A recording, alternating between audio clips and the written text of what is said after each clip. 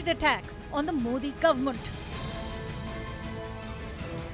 Weeks after completing his Bharat Jodo Yatra, Rahul Gandhi landed up at Cambridge University, claiming that democracy is under attack in India.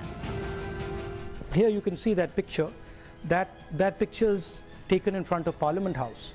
And that's where a whole bunch of opposition members of Parliament were just standing there talking about certain issues, and we were just locked up and put in jail. And that's happened 3 or 4 times, right? And it's happened relatively violently. Rahul Gandhi also alleged that Israeli spyware Pegasus was being used to snoop into the phones of several political leaders, including him. Large number of politicians have Pegasus on my phone, on their phone. I've been called by intelligence officers who tell me, listen, please be careful what you're saying on the phone, because we are sort of recording this stuff. So this is a constant pressure that we feel. The BJP hit back, accusing Rahul Gandhi of defaming India. देश को बदनाम करने की ये साजिश बार-बार जो विदेशी धरती से होती है, कभी विदेशी दोस्तों के माध्यम से होती है, ये अपने आप में प्रश्न चिन्ह खड़ा करता है कि कांग्रेस का एजेंडा क्या है. So is Rahul Gandhi simply walking into BJP's trap? Why put domestic politics above national interest? While Rahul Gandhi is trying to revive this entire Snoopgate controversy, the Supreme Court drew the line on Pegasus last year. Rahul Gandhi claimed that Pegasus had been hacked into his phone, but the Supreme Court declared that as many as 29 phones were examined, but there was no conclusive evidence of Pegasus, the spyware, being put into it. Rahul Gandhi also alleged that it was not just him. There were several opposition politicians who had Pegasus on their phone, but the Supreme Court found in 5 phones, but that does not mean that it is Pegasus. Rahul Gandhi also claimed that intelligence officers had warned him to be careful while speaking on his phone, but the top court, the Supreme Court, had said that limited data makes it inconclusive to determine whether Pegasus was on people's phones. Now, whether they were snooped upon or not, Rahul Gandhi has stuck to certain themes when he has spoken at universities and other platforms abroad. For instance, he refers to the threats to it, the idea and the basic structure of the idea of India. He also alleges that important institutions, the Election Commission, CBI, Chief Vigilance Commissioner, etc., are being eroded. He also raises politics of polarization and claims that certain sections of society are being isolated and are being demonized. Now, here are some of the past instances of Rahul Gandhi targeting the Modi government when he was abroad, when he was on foreign soil. While addressing students at the University of California in 2017, he said the RSS and Prime Minister Modi were fiddling with the foundational structure of India. While addressing students at Singapore's Lee Kuan Yew University in 2018, he said that some people are using anger and violence to win elections in India. While speaking at an event in Germany in 2018, he claimed that exclusionary politics had created a platform for violence and hatred in the country. While addressing students at the London School of Economics in 2018, he said that for the first time, an organization is challenging the very concept and the idea of India. While addressing Indian Overseas Congress in London in 2018, Rahul Gandhi said that people are being discriminated against on the basis of caste and religion and are being marginalized by India. While addressing students at Cambridge University last year, he said that Congress is fighting to regain the idea of India while BJP is stifling India's voice. Now, Rahul Gandhi's critics come at a time when the Modi government has been facing brickbats from Western forces. In January, the BBC released a 2-part documentary called India, the Modi Question, which targeted Prime Minister Modi for the 2002 Gujarat riots. The centre banned it from being screened on YouTube as well as other social media platforms. Then in February, billionaire investor George Soros raked up the Adani issue and claimed that it will spark a democratic revival in India and the Prime Minister will be answerable. And now we have Rahul Gandhi going to Cambridge and claiming that Indian democracy is under attack. So let me open this up to our panelists. Shehzad Poonawalla is here in our studios. He's the BJP national spokesperson. Supriya Srinath, Congress national spokesperson. Sanjay Jha, political analyst. Kailash Adhikari is political analyst and managing director. Supriya, let me start with you first. Mr. Gandhi goes abroad on foreign soil and says India's democracy is under attack. He says his phone is under Pegasus, and yet at the same time, the Supreme Court had asked for his phone to be surveilled, to be examined, and he said no. So then, what is the locus standi? What is the basis of him claiming that Pegasus is on his phone? So, Zaka, a very good evening to you and my fellow panelists. I really appreciate the amount of research that has gone in to point out how many times Rahul Gandhi has spoken on foreign soil and how he has spoken about democracy. I'm presuming your team did not and must not have been left with time to find out similar instances of Mr. Modi speaking on foreign soil and essentially talking about and washing his dirty linen about domestic politics overseas. So I thought I'd do the needful because I was under the impression that Network 18 will perhaps not be able to show the bites of Prime Minister Modi. Just playing a small bite for you, and then we'll of course carry this discussion forward. With your kind permission, please. This is in Hindi, and I'm sure you'll bear with me.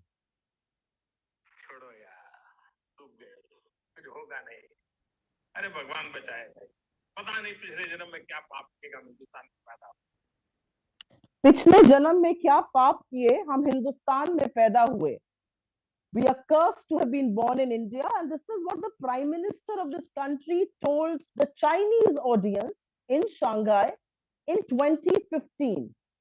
If that's acceptable to you and your viewer, then we should carry the discussion forward, because what Mr. Gandhi has said is essentially eulogizing the democracy in India, talking about the Indian values. He's talking about a world view where America and China are two superpowers and how India can find space in between and create a consensus and create dialogue. He is talking about how Indian democracy needs to be saved. So I don't know what objections that you and your team seem to be raising here. The BJP set aside. I want to know from you, and in very clear terms, Supriya, how do you characterize Indian democracy being under attack? We had election results from 3 northeastern states yesterday. Just because your party has not done well or has not, been in a competitive position, that does not mean that democracy is under attack. Yeah, I love how concerned you are about democracy. I wish you showed similar concern when guns are trained only against the opposition, when there is a 4-fold increase in ED cases since 2014, and 95% of those cases are against the opposition, when not a word is spoken against Adani, who's saddled with very grave corruption charges like stock manipulation and Benami money flowing through a web of shell companies. I wish similar concerns, both through gestures and voice and in spirit, were shown. But let me answer the question that you specifically asked on Pegasus, because I think this nation needs to know what he said. The Supreme Court had formed a committee to probe into the Pegasus charges because the elected government of the day decided to be brazen, not discuss it in Parliament, and chose to look the other way. The committee on record in the Chief Justice's court said that the government of the day did not cooperate, did not participate in fact-finding.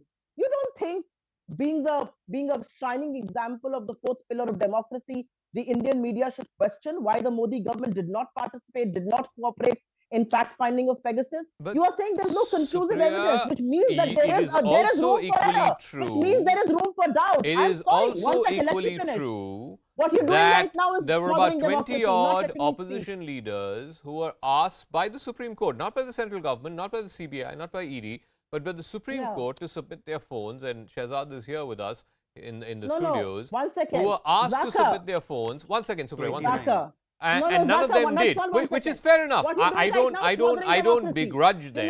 What I'm asking is very simple. One second. Yeah. You cannot on the one hand say, I have the spyware on my phone, and the same people who you are alleging are snooping through this spyware on your phone are calling you up and saying, oh, by the way, be careful about what you're saying on your phone.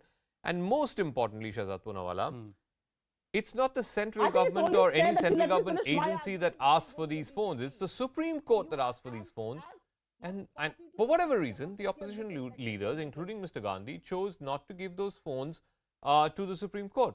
Now, after which the court came up with a verdict that there is no substantive merit to the allegation that there is spyware on their phones, I mean, I wouldn't blame the courts because they had no material before them to examine.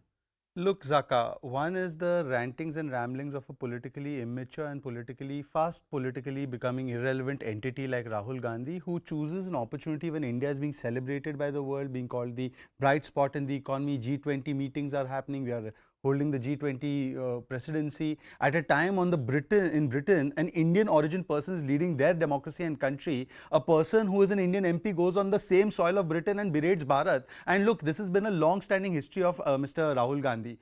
You can have as much problem with Modi, you can have as much problem with Shehzad Punawala and with the BJP, no problem. Supriya, courtesy and democracy that you are bandwagoning about demands that you at least pipe down and hear the other side. This is the basic you can do. You didn't do it as an anchor. At least you should do it as a panelist. No, this no, is go not on, your show. Go on. Thank you. One second. No, may I did not interrupt her. She rambled on. Let's refrain from personal attacks. Let's go on she's to the interrupting and heckling, and this is how the Congress has behaved. Let's get to the merit of the argument. Look, okay, there is a long-standing history of Rahul Gandhi being a serial offender at this. He can abuse Prime Minister Modi and the BJP, but he goes on Hamburg soil and says Indian culture is to blame. He goes and says China ne Bharat ke Sena की पिटाई कर दी. He asked Nicholas Byrne to intervene in Indian democracy. This is the level to which he takes his Vyakti Virod to Desh Virod. That's point number one. Now, point number two is the hypocrisy of it. You can't have conditional commitment to constitution and democracy, Zaka. You can't say that yesterday I will go and do a press conference in the Supreme Court hailing the verdict of the Supreme Court on two matters, but the same Supreme Court, when it rules on Pegasus, I will reject it. The same Supreme Court, when it rules on Ram Mandir, I will reject it. I will say it's motivated. When I win an election in Himachal, it's all good, but when I lose an election in the Northeast, it's all bad. If I win an election in Pune, it's good, but if I lose the entire Northeast, it's bad. One second. Let me come to the last point. I'll complete very quickly. Give me 10 seconds. But you give me an opportunity. I want to know what Supriya and the Congress and other opposition parties are saying is Mr. Modi does the same thing when he's on foreign soil. Let me now articulate. He attacks the Congress.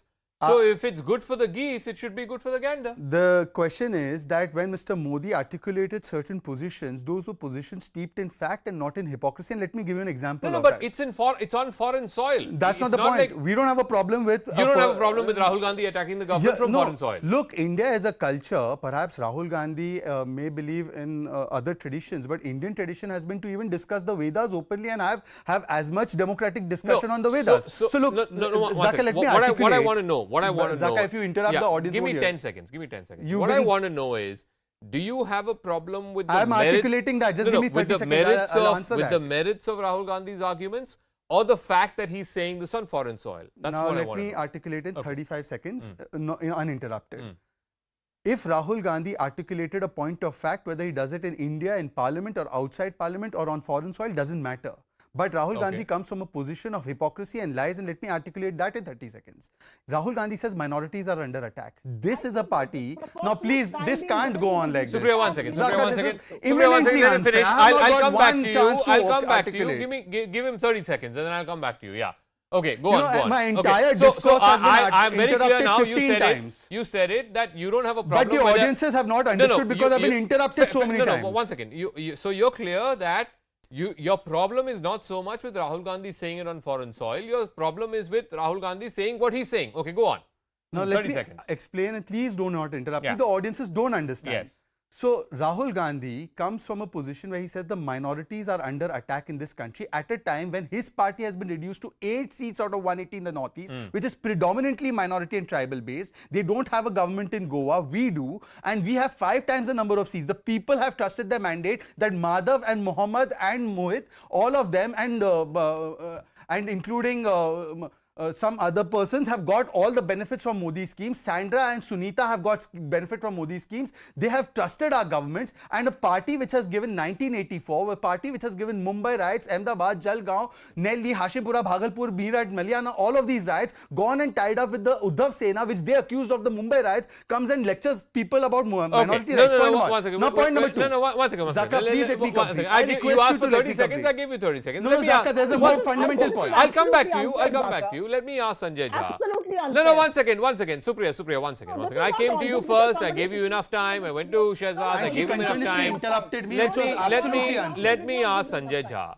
Now, there are two things. Shehzad has said the issue is not that Rahul Gandhi is attacking Mr. Modi from foreign soil. That's not so much the merit of the argument. The merit of the argument is you cannot, on the one hand, say Mr. Modi's government is anti-minority, anti-this, anti-that, and yet in Meghalaya, which is 70% minority, 70% Christian, they have voted overwhelmingly for Mr. Modi and his alliance partners.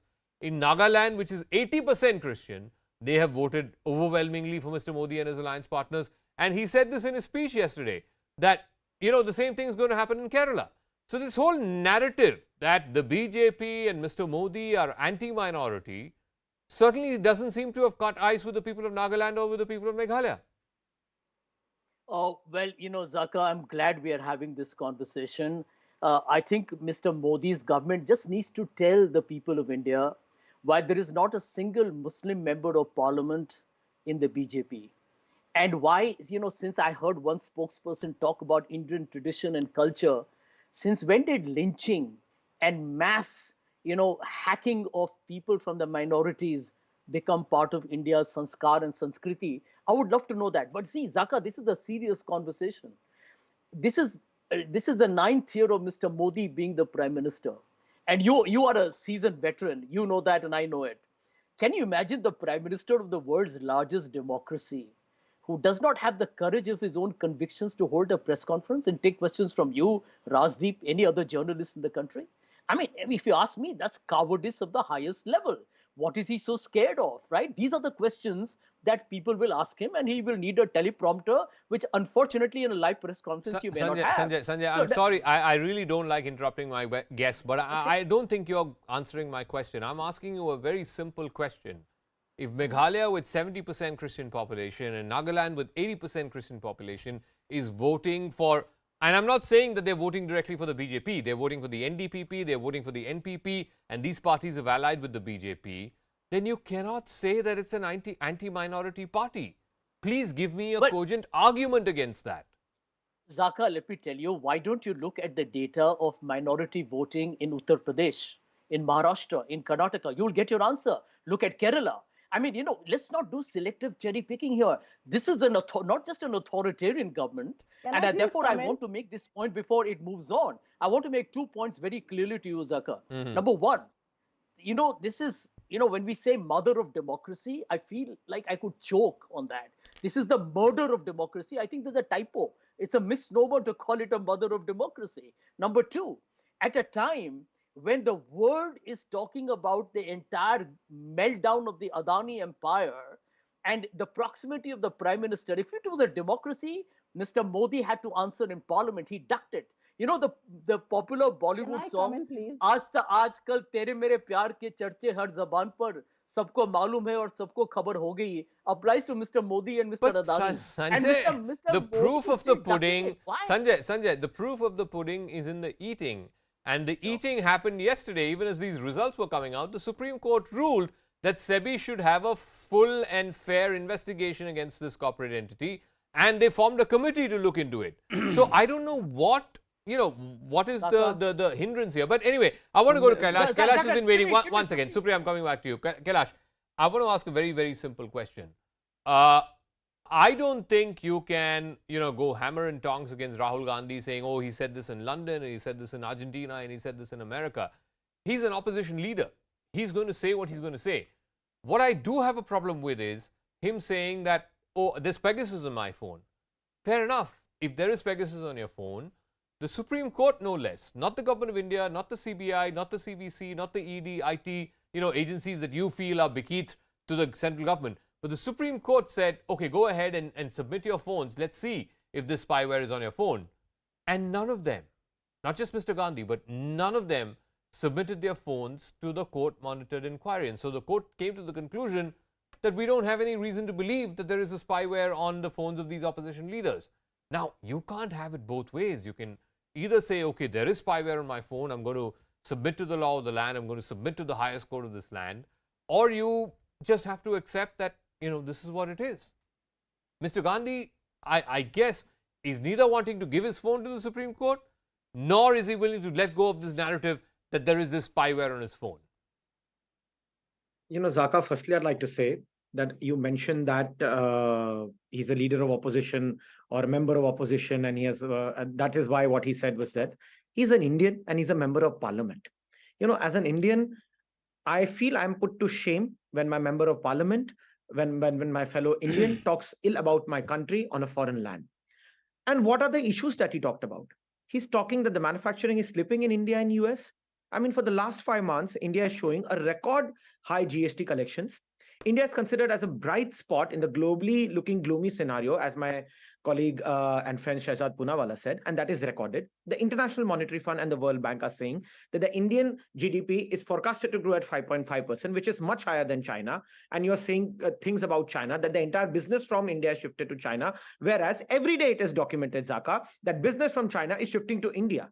I mean, you call it the Vedanta Foxconn plant or any other plant, even Apple considering of manufacturing or the PLI scheme of the government. And what is Mr. Gandhi talking about? Kailash. In his Bharat Jodo Yatra, How is Rahul Gandhi's attacks on foreign soil or what have you any different from Mr. Modi's attacks on the Congress party on foreign soil? is that question to me, Zaka? Yeah. Kailash, yeah. Yes, Kailash. The question is to me? Yeah, to you, Kailash, yes.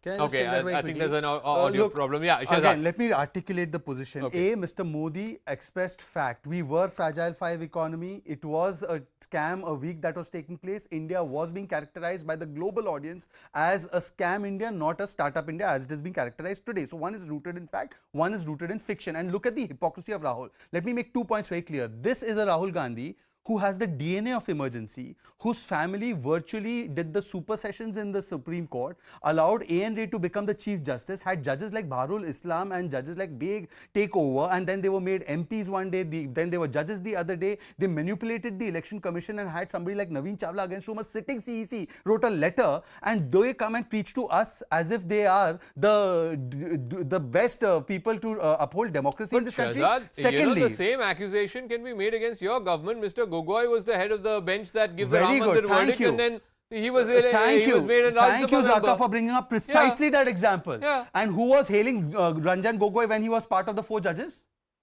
They called him as the enigma of integrity, and the moment he gives the Ram Mandir judgment, they turn over. And now let me make one more point. Okay. Mr. Jha is wrong on fact. First of all, Mr. Jha, you are the worst victim of Congress's so-called democracy. But having said that, there is a Muslim MP, and that is Mr. Ghulam Ali. But all Muslims are not the only minorities in this country. The fact of the matter is that Buddhists, Jains, Sikhs, Christians are also considered to be minorities. This is your problem.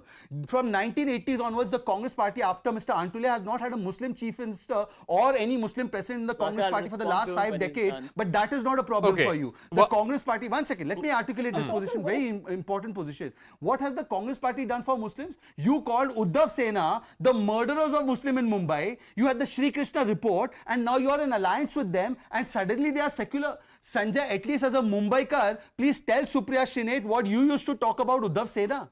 No, one second. One second. I think we're diverging from the topic. Because one second. I minorities. want to go back to Supriya Srinath, and I want to ask her a very, very simple question. You may agree or disagree about criticizing the Indian government on foreign soil. I don't think that's so much of an issue. The issue is the merit of the arguments. If Mr. Gandhi feels so strongly, Zaka, firstly, one second, Supriya, hear my question out, please. Give me 30 seconds. If Mr. Gandhi feels so strongly about the fact that his phone is being spied on and that other opposition leaders, their phones are being spied on, then you had recourse from no less than the Supreme Court of India, right? The court said, please submit your phones, let them investigate it, and let them find out if there is indeed the spyware. None of the opposition leaders, I'm not blaming Mr. Gandhi, but none of the opposition leaders submitted their phones. Now, you can't have it both ways. On the one hand, you say you're being spied on, and yet when the Supreme Court, no less, asks for your phone, they say, no, we don't want to give it. So what other judgment do you expect from the court?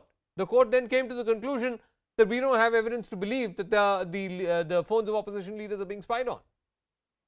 your question was 50 seconds long. I hope I will have enough time, if not more, to answer that question. Yeah. Firstly, you are wrong, and actually you are liable to contempt of court because you're constantly misquoting the highest court of this land. No, the court did not say that there was no spyware. The court says it's inconclusive because the chosen government of the day did not cooperate. You are misquoting the Supreme Court judgment. You should be and the last fact-finding person committee quoting the Supreme Court with what Let me- Rahul Gandhi said don't about speak in Chaukidar between. Chor hai. Don't speak in between. Madam, And stop that's why you can threatening shut news him up because anchors I'm and stop because I'm threatening contempt of court. provocation. It is not a tool Keep for you going to use now, to bully and you can anchors. tell me. This is your Loktantric Forget spirit it. There's no point in debating absolute this matter. manifestation. You can have a private tete-a-tete with him because that's what you were having up until now. And the moment I begin to speak, the Supriya, BJP stop jumps in, displaying and you're this absolutely great sense silent of and entitlement quiet. and Keep intolerance. quiet. For Shut Pete's up and sake. listen to me now. For You Pete's are sake, entitled. stop your You are entitlement and your entitled. intolerance. Okay. It makes you look Okay. extremely bad on Okay, television. okay, Bring Supriya, with go the on. power of your Okay, argument. okay, Bring with the let's power come of your back argument, to not the by merit sitting of the next to matter, a yeah. television anchor. Let's come back to And the just merit of the put matter, on yeah. record. Let's come back to the merit of the Put on case. record straight. Yes. I am back on the matter now. Listen Yes, to me. yes. Just putting the record straight. Yeah. This half-baked economic knowledge on your show is very dangerous. What is the India's half-baked economic manufacturing was knowledge? contracted for 2 straight quarters.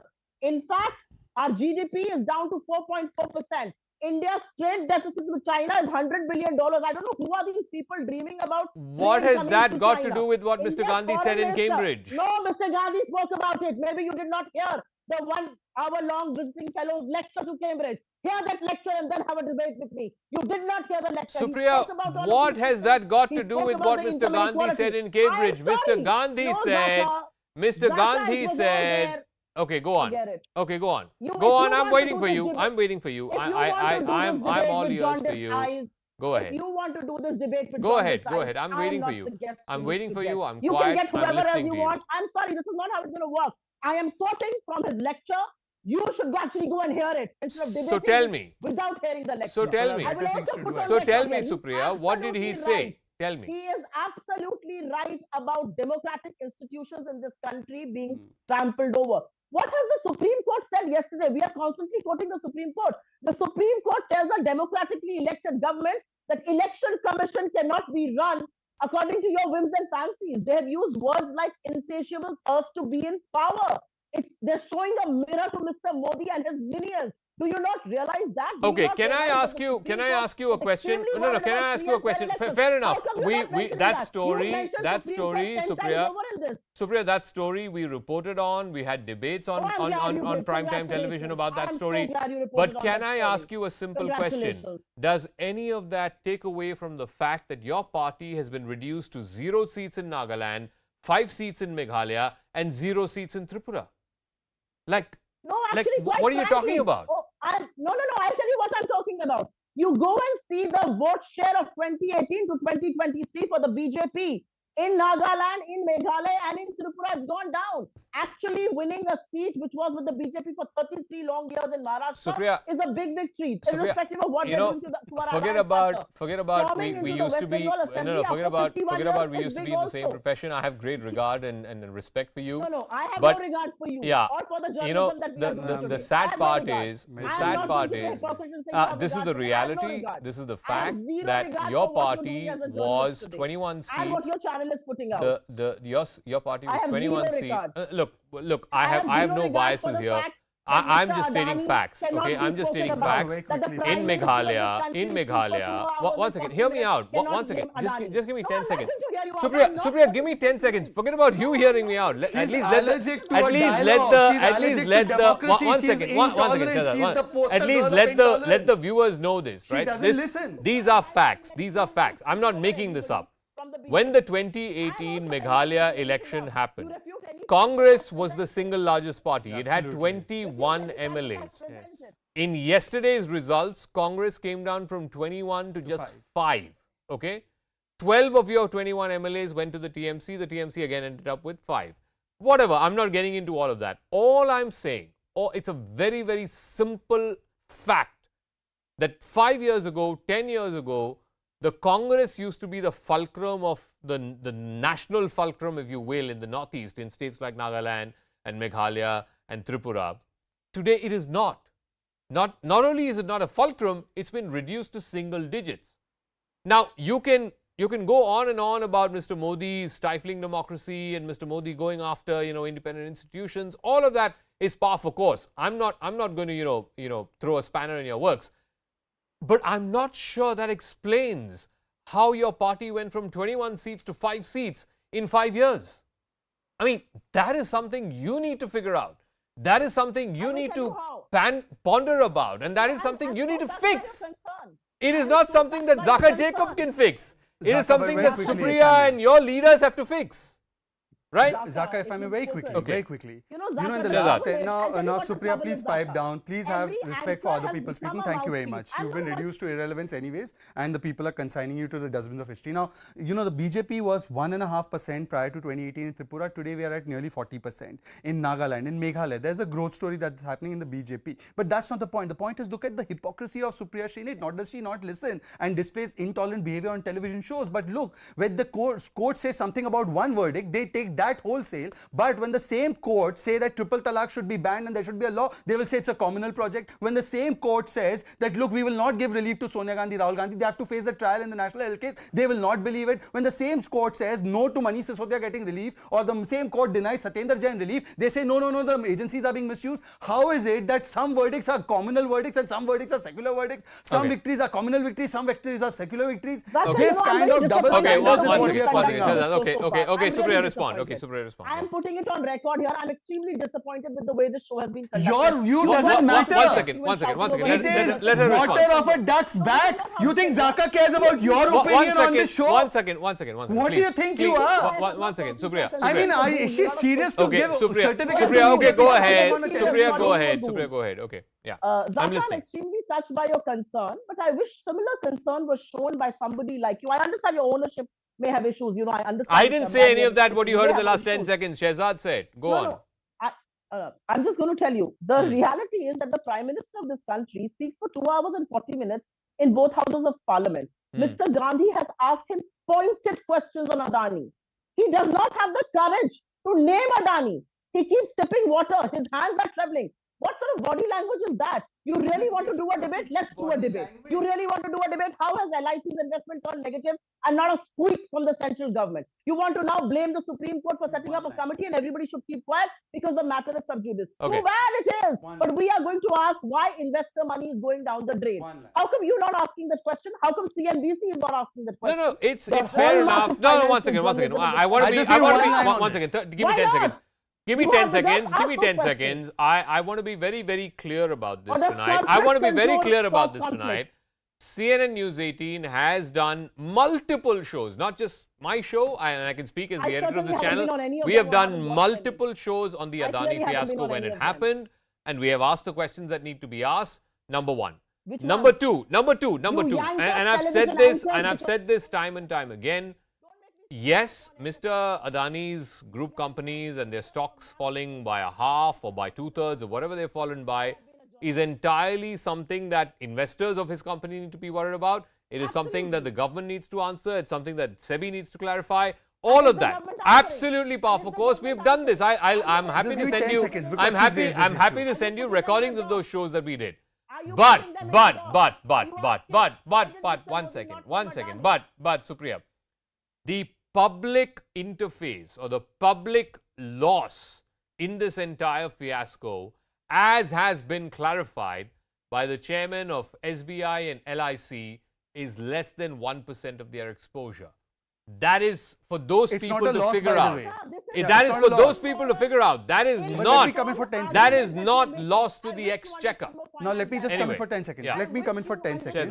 Supriya, by the way, the finance secretary, the finance minister, the RBI and the SBI, all of them, including the LIC chairperson, spoke about the Adani issue. But having said that, since you are so confident about Adani's misgivings, have you cancelled the projects of Adani in Rajasthan? Have you cancelled the projects of Adani that you gave in Punjab? Are you regretting the fact that UPA gave 6 SEZs to Adani? Did you regret the fact that in 1988 and the 1980s, it was the Rajiv Gandhi government that gave the break to Adani? So please stop playing this hypocritical card. You gave the Diggy port while you were in MBA to Adani. You gave the Virinium port, or at least the left parties gave it to them. And Shashi Tharoor was a part of it. Stop being so hypocritical. I have to wrap up. Supriya, 30 seconds. I really have to. I'm completely out of time. 30 seconds, yeah. You know, I don't think I'm going to answer questions from somebody who masquerades as a spokesperson. Actually, is you I'm not going to answer any journalist and then went Okay, guys, come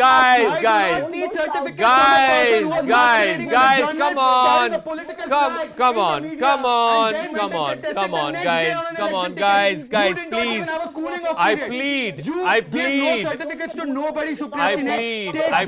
with both of you. Please, let's not have personal attacks. She did not spend a day of cooling off before she joined politics. I am completely out of time. I'm completely out of time. On the merits of the matter, I keep coming back to this.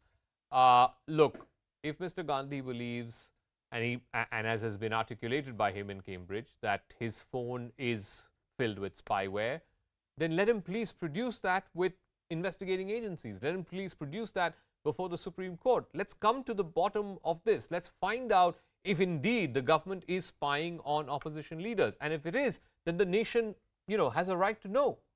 But you can't have it on the one side making these accusations and two on the other side not submitting to the requests of the Supreme Court, because then it does just not add up. I'm going to thank all my guests. I'm going to take a quick break. When we come back to the other side, it's going to be an exclusive interview. Bill Gates, the founder, CEO of Microsoft, he's absolutely impressed by ChatGPT. He says it is the most exciting thing that he has seen in the last 30 years.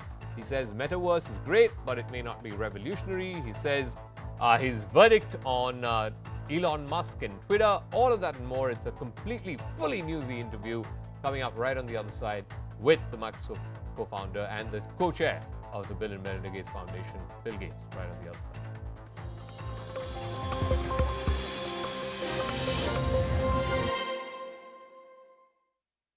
Intention was that judiciary cannot interfere in the selection of CEC and ECs. Inclusion of CJI in the process would amount to judicial overreach. Inclusion is in violation of separation of powers. The court can quash appointment if unqualified person is chosen. The presumption that inclusion of judiciary would bring in fairness is wholly flawed. Now, let me go across to both our guests, Ishkaran Mandari, lawyer and political analyst, Ashpreet Karyal, Congress Party spokesperson, joining us. Ishkaran, why do you consider this order today to be flawed? Because if you can choose, CBI directors and Central Vigilance Commissioners basis the same committee recommendation, which many are saying would be fair and transparent because it has one representative of the government, one representative of the opposition, and a neutral arbiter in the CJI, that should be a fair system, shouldn't it? Zaka, I never said that the order is flawed per se. What I have said is that there are various ways of having transparency. Is the only way of transparency the presence of a Supreme Court judge or the CJI? That is the larger philosophical question in our constitutional scheme of things. Because, of course, while we are talking about a transparent process, and we have had certain election commissioners like Mr. M.S. Gill, who was an election commissioner and then a member of Congress and then a minister in the cabinet. But what is the form of transparency and how should that transparency come about? One of the most important paragraphs of the judgment, which has the committee itself, the Supreme Court says that the parliament, this will hold good till parliament by law brings out a suitable system. And I think if the government wants to, it anyways had the power, but the judgment itself recognizes that power, and they should bring out an appropriate law of how they think of insulating election commissioners, irrespective of whose government is in power, so that going forward, we have a transparent system. And if the political class wants the system to be dealt by with itself, whether it be civil society, whether it be leader of opposition, we are a multiple party democracy. So it can be other members also. So there are multiple options, but the option is for the parliament to exercise. If you remember, the vice president also said about the NJC case that once it was struck down, the parliament didn't have a whisper to speak. So it's for the parliament, the onus is on the parliament and the government. Do they want to bring in a law or are they wanting to accept it? So I want to ask Ashpreet Karyal, what the people who are opposed to this judgment today are saying is, yes, the Election Commission is an independent institution, but the appointment of Chief Election Commissioner and election commissioners is an executive appointment. It's an executive decision. If you want to bring in fairness, fair enough. You can have one person from the government and one person from the opposition. But when you bring in a judicial officer, when you bring in the Chief Justice of India, that is judicial overreach. It's not the business of the judiciary to be making appointments or recommending appointments.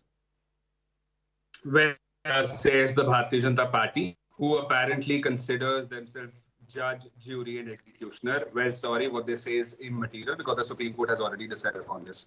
And we are bound by what the Supreme Court does. Number two, if the Bharatiya Janata Party does not like it, please challenge it. You're free to do that. But until and unless it's being done away with, you should rather just follow it instead of criticizing it. Because some of your leaders back in the day used to say that Supreme Court is infallible. What happened to that? stop contradicting yourself. Number two, it's a welcome step. It's a great step. We appreciate it, commend it.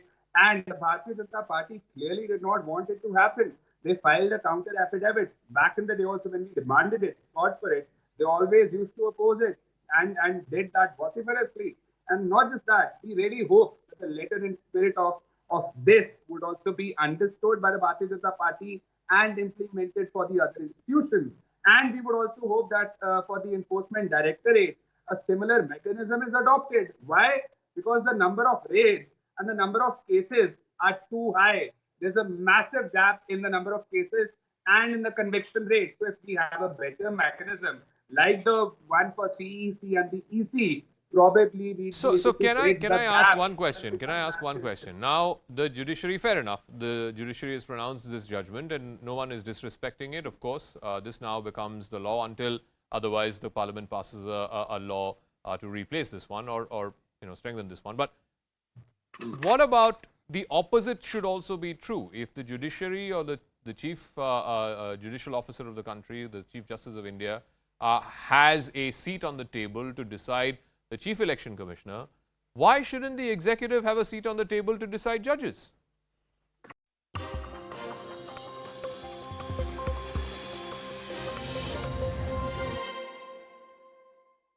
So it's been 3 years since the pandemic upended all our lives. What have we learned in these last 3 years? It's also an important year for India, India's G20 presidency. How does India shape the emerging global order, as it were? To talk about this and a lot more issues, we have one of the finest thinkers and the co-chair of the Bill and Melinda Gates Foundation, founder of Microsoft. Thank you very much, Mr. Bill Gates, for speaking with us here on CNN News 18. Great to talk to you. All right, let's start with the pandemic. It's been 3 years. It's your first trip here to India since the pandemic broke out. What have been the biggest learnings, according to you, in the way the world dealt with this once-in-a-lifetime event? Well, I and others spoke out about this risk in advance, and sadly the world in general didn't do much to get ready. And so, it did go global. We had over 20 million deaths. We're still going to be making up for the deaths and educational loss for a long time to come. So the only good news is that we will take the lessons and be better prepared. What are those lessons? Well, there are things that India is actually an exemplar on. It scaled up diagnostics very quickly. It scaled up vaccine production. Our foundation has a close relationship with the vaccine manufacturers, so we were able to help them move at very high speed along with the Indian government. And so we're going to have more standby capacity in the future for diagnostics, for therapeutics, and for vaccines, so that we can get that coverage a lot faster. Also the surveillance, being able to see early what's going on, that wasn't very strong. And so this idea, can you look in the sewage? Well, that was done during COVID. Yeah. And it turns out you could see a lot of things there. So what we call environmental surveillance, that'll be part of the investment in doing better next time. So you are confident that should another pandemic, God forbid, hit humanity, we are better prepared, not just in how we respond, but also better prepared to detect? Yes, and if you can contain it before it goes around the globe, the benefits are really phenomenal. So I think that we will do a lot better next time. So to that extent, I'm just curious to know, are you interested in knowing how important is it to know about the origins of this? Because I'm asking this in the context of the recent report you must have read in the Wall Street Journal about how the US Department of Energy believes there is material to suggest that this was a lab leak. I'm just curious to know, will we ever get to know what actually led to this once-in-a-lifetime pandemic? No. I doubt we'll ever have any certainty. I think it was a naturally transmitted occurrence, but we have to protect ourselves to make sure our labs are safe, and we have to be tracking the animal reservoirs. Flu always comes across through birds or pigs, and India has a One Health initiative, which is about integrating the animal health with the human health and doing a lot of this increased surveillance, which is a great example, the type of thing I'd like to see all countries do. Why has the world not been able to detect? We've seen animal to human transfer on a number of occasions, particularly increasingly so in the last 10, 15 years or so, from H1N1 all the way up to the pandemic, COVID-19. Is the science lacking? Is human sort of alertness lacking? Why are we not able to detect it? Well, HIV, most diseases that are ongoing actually did come across the species barrier. Rabies on a regular basis is a tragic disease. Ebola, we had a big outbreak of that in Africa. So it's hard, and I'm impressed now that you can go and look in the slaughterhouse, go and look in the wild. It's these sequencing techniques amazingly can see this stuff. My first exposure to that was through polio, where we could actually see it. It's our best tool. It helped us get polio to zero here in India, and it's why we think we can get global eradication of polio, where we're down to just 2 countries, Afghanistan and Pakistan, that still have the wild disease. I want to talk a little bit about technology for the betterment of humankind, and you've talked about ChatGPT a lot. Have you tried it? Are you excited about it? How do you imagine this changing our lives? Yeah, the leadership at Microsoft, Satya Nadella and OpenAI, have engaged me in looking at, okay, how do we take advantage of this? Through my foundation work, looking at, okay, how do health systems use this? And how do education systems use this for things like a personal tutor? So I'm actually quite enthused. Yes, I'm getting to see the latest versions. And what do you think of it? Have you? It's amazing. I mean, it sometimes will surprise you that it doesn't get it right, but a lot of times in its fluency of writing, AIs up until now, they could do a lot of great stuff. They could recognize photos and speech, but they couldn't read and they couldn't write. And so that's what this GPT-3, GPT-4, now computers in a surprisingly good way, most of the time, are able to read and write. And many people didn't think that would happen. In the fall, when I was playing around with it, I was saying, wow, this is a very, very valuable tool. Are you worried, though, that there could be ethical dimensions to it which are worrisome? I mean, universities, for example, are suddenly rethinking this whole idea of having theses and dissertations for students because they could just ask ChatGPT to fill it up for them. Well, it's the same dilemma we had when calculators came along. Should we teach people to multiply? And if we give them arithmetic homework, are they sitting there just using their calculator? And so we'll have to adjust. I'd say there is definitely some good news here, because most people who write an essay, your teacher doesn't have that much time to comment on areas where it could be better. One of the things that the AI is good at is taking a paper and giving you a lot of suggestions. And I do think it's still important for people to learn how to write themselves, just like I feel about mathematics. So is it going to eat up jobs? Because that seems to be the big concern that a lot of people have, that coders will be out of fashion. I mean, if somebody said this to you 30 years ago, you'd have been like, hell what? Well, there's many jobs where making people more productive, you just apply that to higher quality or more output. So in the healthcare sector, we have so much in the way of unmet needs. In the education sector, what if we could take class size from 40, 30, 20, 10? What if the tutor could help adjust to the level, particularly of the students who are behind? And so the only thing that's unusual here is that the innovation it could be adapted very rapidly. In the agricultural sector, we eliminated 90% of the jobs, but we did it over several generations. So yes, the policies, because when do we trust these things, when do we not? A lot of work to do there. What is the adjustment in the labor market? Governments need to get engaged because there'll be a lot of policy questions. Let's talk about, I mean, you've come back to India at an interesting time. It's the year of India's G20 presidency. Even as we speak, this week there is the G20 foreign ministers meeting. You'll be speaking on an event on the sidelines of it. What are your expectations at a time when we're seeing a lot of flux around the world? Well, the G20 will address a lot of issues. The dislocations from the war in Ukraine, where food prices, fertilizer prices have gone up, deserve a lot of visibility. And you know, the aid to some of the countries in Africa is going to go down while this war is going on, which is very unfortunate.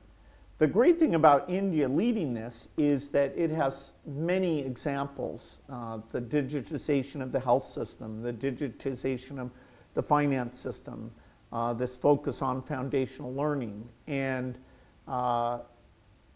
I've wanted other countries to see these advances in India, and this forum is very well timed, particularly the identity and financial systems. We're seeing countries that come here say, okay, please India, give us some technical assistance, and then the Gates Foundation can come in with money and other experts so that we can get adoption in dozens of additional countries. You know, the benefits distribution that's now done digitally is way more efficient, way more targeted, and so every country should have that, and India's willing to help and share its innovation. Is there any particular digital made in India product or app or anything that's impressed you? Well, the basic identity system is so important because it's not like one department of the government used one identity system, another used another, and what they did is so well defined in terms of how you make sure you're protecting privacy. You know, so Aadhaar is at the bottom of this, but then the payment system put on top of that. You know, now when we want to pay the private sector for helping out with tuberculosis in India, you know, it's so efficient because it uses that system. It wouldn't work without that. Even, you know, ASHA workers, when they do certain things, making sure they get paid really quickly. And so the applications are where you get the benefit, but some great design work was done, and you know, it's one system that almost all citizens are connected to. I'm coming back to the Russia-Ukraine war and obviously the consequences of it, as you outlined. There's food inflation, there's product inflation. What may this mean for companies, particularly technology companies who are talking about a China plus one strategy? Can India be that plus one? Well, India's, as a manufacturing base, there is a lot of interest in doing manufacturing in India. Historically, issues around land and labor regulations made it not that attractive. So it will be fascinating to see. You know, I believe it's a great thing for the world and a great thing for India if it's a attractive alternative as a manufacturing base. I'm a huge believer in free trade. I don't think, you know, I think having India, China, and the US all three get along with each other is the best thing for humanity. And India is stepping up to a bigger role there. But you don't see this war, or even otherwise, even before that with Donald Trump and stuff, a sort of a backlash to free trade and a backlash to globalization? Oh, there's definitely a backlash. I hope we preserve the things that have been fantastic about it. You know, the IT jobs here in India are huge favor to the country, huge favor to the world. And I would hate to see trade policies that said, no, you can't access the incredible talent here. Last couple of questions. I know you love ChatGPT, but is there any other technology product you're excited about that you've seen in the last couple of years, which you think is really something that we should be talking about, something that the world should be talking about? People talk about crypto, and I'm very negative. I don't see that as beneficial at all. They talk about the metaverse, and I do think that'll be valuable, but not so revolutionary. AI broadly is the big change agent, and we're just realizing that when you can use natural language, like if you want to make a drawing, you just say put a barn here, make it bigger. In the past, the way we connect to computers is through menus and very specialized things. So having natural language is going to unlock the ability to navigate digital data. That is very much at the top of my list. The fact that the connectivity, India's got great mobile phone connectivity now, a lot of money going into the 5G, which means that video, both educational video or just entertainment video, is going to be pervasive in a gigantic way. So we always need the infrastructure, but on top of that, AI-driven applications is the biggest change agent. Of course, there's one big change, which is Elon Musk taking over Twitter, and I'm wondering what you think of that, the change that's happened on Twitter. Elon's done such a great job at SpaceX and Tesla, and I'd say the jury's out on will he be glad he went there, will the world be glad he went there. The whole issue of the craziness in these digital channels, not just Twitter, but all of them, is a tough problem. Instead of us all being sort of more factual and educated, in some ways people are withdrawing into groups where they all share non-factual beliefs. And I challenge the younger generation. This is one of the problems they're going to have to deal with, and I hope they can solve it, because it's a little bit scary of what that does to politics. All right. Thank you very much, Mr. Bill Gates. We'll leave it at that. Thank you very much for speaking with us here on CNN News 18. Appreciate your time. Thank you.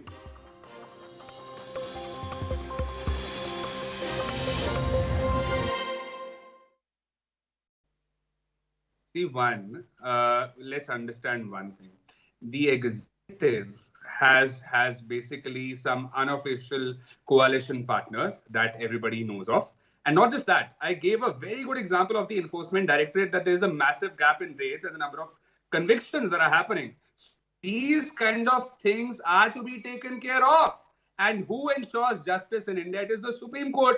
It is the Constitution. That is the law of the land. It is the Supreme Court that safeguards it. No. So let's all of that point well that, taken. I'll ask Ishkaran this. I think, if you were to take an apples to apples comparison, if the judiciary says in the interest of transparency, we need to be, or at least one of our members needs to be part of the committee that decides who's going to be the Chief Election Commissioner, then why can't the executive turn around and say that we need to have one representative in the interest of transparency and fairness on the appointment of judges?